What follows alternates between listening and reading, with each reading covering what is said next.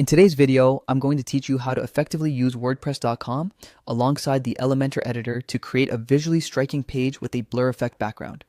By the end of this tutorial, you'll have a clear understanding of how to navigate through your WordPress dashboard, apply custom CSS, and publish your beautifully transformed web page. Let's start by logging into your WordPress dashboard. If you're not yet familiar with the dashboard, don't worry, it's where all the magic begins.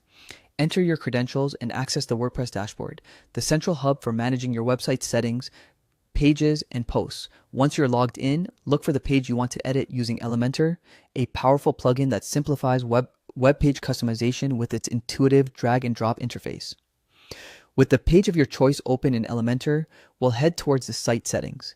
You can find this by clicking on the hamburger menu located on the top left corner of the editor.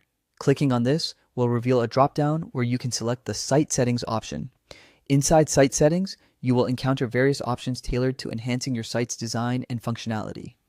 From here, direct your attention to the Custom CSS section. This area allows you to input your own CSS code, giving you the freedom to modify elements on your site beyond the default options provided. Being comfortable with applying custom CSS can dramatically expand the range of effects and designs you can accomplish. Once you're inside the custom CSS panel, it's time to craft your blur effect. Simply input the CSS code snippet to target the background you wish to modify. Here's a quick example. Backdrop filter, blur 5px.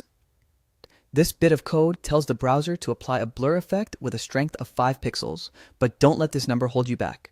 Feel free to test different pixel values until you achieve the perfect aesthetic for your project.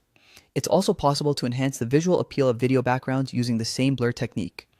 Simply ensure the appropriate CSS selector is in place to target the video element, applying the blur effect seamlessly across your page. Before you rush to hit the publish button, let's preview the changes.